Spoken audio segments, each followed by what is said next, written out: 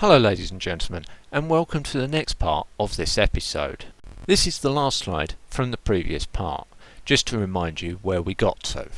If we continue further up the periodic table, then we progress from these double column elements to quad column elements, and what we find is that technetium is approximately the breaking point between these double and quad column nuclei. The diagrams below show the nuclei of silver and cadmium. All that we've done is split the back and front two columns apart, so that you can see the bonding neutrons between the front and the back. Again, you'll notice all the bonding neutrons are paired together, even if some of the pairs are spread across two columns. Also, these quad column nuclei follow exactly the same pattern, with odd elements, for example silver, having an NPN hat on the top of one of the columns, and even elements, for example cadmium, having full box columns. We can continue this process on. So here is mercury 202, and in the left hand diagram we've split the front and back columns again, whilst on the right is the actual structure. Moreover, you can see that mercury here has a lot of bonding neutrons to hold the four tall columns together, and this further explains why the ratio of neutrons to protons required for stability increases with the increasing number of protons. Thus, what we've seen is that nuclei with low proton counts consist of single columns, which then break into double columns for medium proton count nuclei. These then break into quad columns for high proton count nuclei. Furthermore, these multiple column nuclei are held together by neutrons, which create a sufficiently rigid structure for it to remain stable. Moreover, it is this fact that we require these bonding neutrons explains why the ratio of neutrons to protons required for stability increases with the increasing number of protons, i.e. we go up the elements in the periodic table. And this is very clear from the diagrams we've shown you. Lastly, we mentioned that these neutron bonds should be paired together to give the resulting structure the best stability. We will now start to look at some of the basic building blocks that make up the various nuclear structures. Firstly, we've got the basic helium-4 box structure, which is very stable and forms the basic building blocks of all of the elements from helium upwards. However, if columns of boxes become too tall, then this may be ejected as an alpha decay. Next, we have the NPN hat, which is used in all of the odd elements and again is a very stable structure. After that, we get the PNP hat, which is unstable and beta positive decays or electron captures, i.e. one of the protons converts back to a neutron, as shown on the right hand side. This decay occurs because the positive attraction from the two protons and the innermost electron is strong enough to pull the electron into the nucleus, converting one of the protons back into a neutron.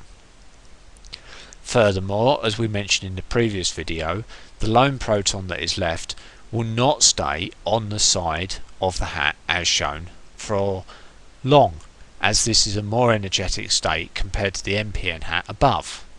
Thus, the proton and the top neutron will swap places by exchanging the extra thread located within the neutron and emitting some energy. Next, we have the neutron hat, or NNN hat for short, which beta decays normally to produce an NPN hat as shown. However, the neutron hat structure does become stable on tall single column elements, just like the last structure in the list, the neutron box.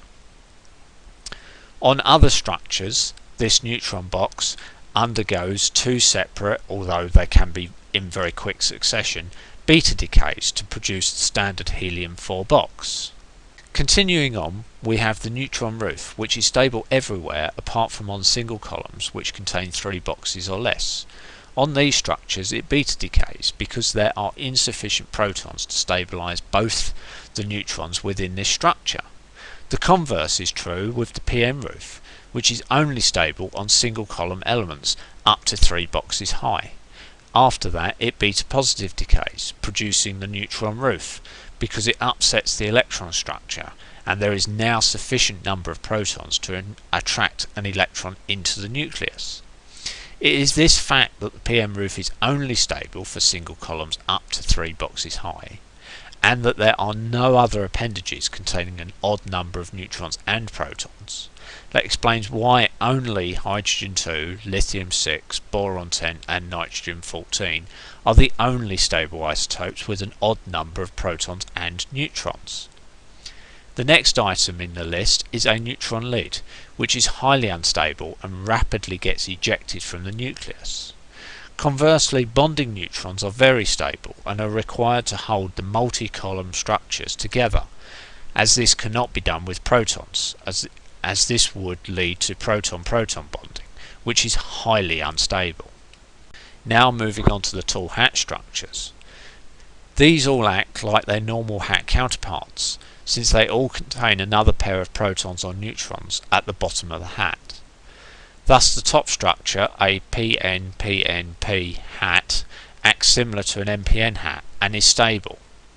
Conversely, a NP-NPN, which acts like a PNP hat, is unstable for the same reason and beta positive decays or electron captures, producing the right hand side middle diagram. Again, the proton and top neutron would switch places such that all the neutrons are paired together.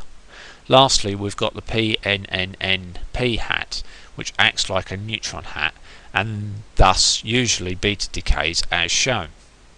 This completes all the normal building blocks required to produce the various nuclei, including all the stable ones. However, other structures may well exist if you start looking at isotopes far away from the stable ones. An extreme example of this would be helium-2, which consists of 2 connected protons and no neutrons, i.e. a PP roof.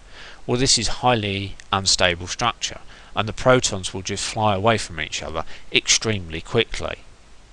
This is the end of the video, but this episode does continue in the next part, so I hope that you will actually join us for that. Lastly, please note that this proposition has not yet been accepted, so don't use it to answer exam questions. However, we would like to hear your views, opinions and questions regarding it, so thank you for watching.